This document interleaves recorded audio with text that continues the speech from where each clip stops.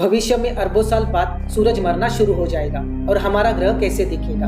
लेकिन क्या होगा अगर हम अभी चीजों को 1 या 2 पायदान ऊपर कर दें। आइए अपने तारे को पीले से नीले रंग में अपडेट करें। दुनिया कितनी अलग दिखेगी। क्या आपका शरीर बढ़ी हुई गर्मी को संभाल सकता है या पृथ्वी पर सारा जीवन खत्म हो जाएगा?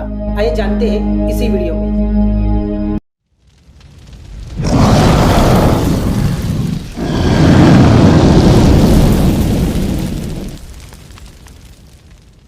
किसी भी दृश्य प्रकाश की तरह सूरज के प्रकाश के इंद्रधनुष्य के सभी रंग होते हैं, लेकिन हम किसी तारे या किसी ग्रह को कैसे देखते हैं इस बात पर निर्भर करता है तारा कितना गर्म है।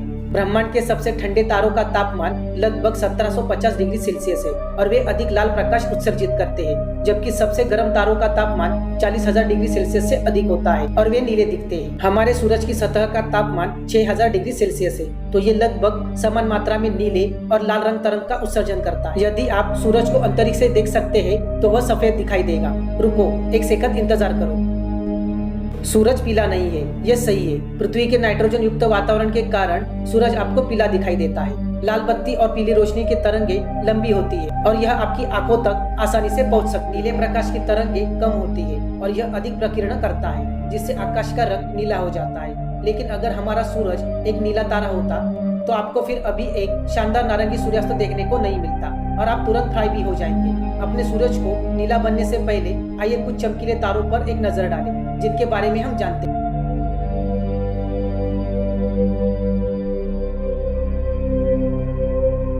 ब्लू स्टार स्पेक्ट्रम के ठंडे छोर पर रिगेल है, जो ओरियन तारा मंडल में सबसे चमकीला है। इसकी सतह का तापमान लगभग 11,000 डिग्री सेल्सियस है, जबकि हमारे सूरज से लगभग 2 गुना गर्म है। रिगेल का व्यास कम से कम 40,000 गुना अधिक ऊर्जा उत्सर्जित करता है और रिगेल का व्यास हमारे तारे से 79 गुना बड़ा है। यदि हमारा सूरज इतना बड़ा होता तो वह बुध को निगल जाता और पृथ्वी पर तापमान में अधिक वृद्धि होगी। अगर हम ब्लू स्टार स्पेक्ट्रम की ऊपरी छोर पर सूरज की कल्पना करते हैं तो ये एटा कैरिना जैसा हो सकता है। लेकिन चौंकाने वाली बात है, एटा कैरिने हमारे सूरज की तुलना में 1 मिलियन गुना अधिक ऊर्जा उत्सर्जित करती है। सतह के तापमान 40,000 डिग्री सेल्सियस के साथ यह तारा सूरज से 6 गुना अधिक गर्म है। अगर हमारा सूरज इतना गर्म होता तो आज की तुलना में 5 लाख गुना ज्यादा चमकीला होता। प्लाज्मा का हिंसक निष्कासन हमारे ग्रह को नियमित रूप से झुलसा देगा और सूरज हमें यूवी विकिरण की घातक मात्रा में सराबोर कर देगा।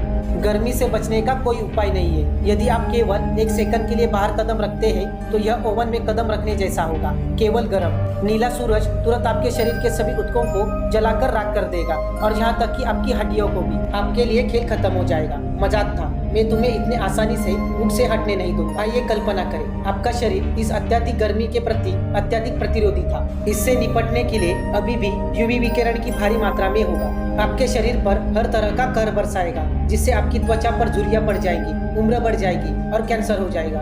आपकी दृष्टि को बहुत कष्ट होगा।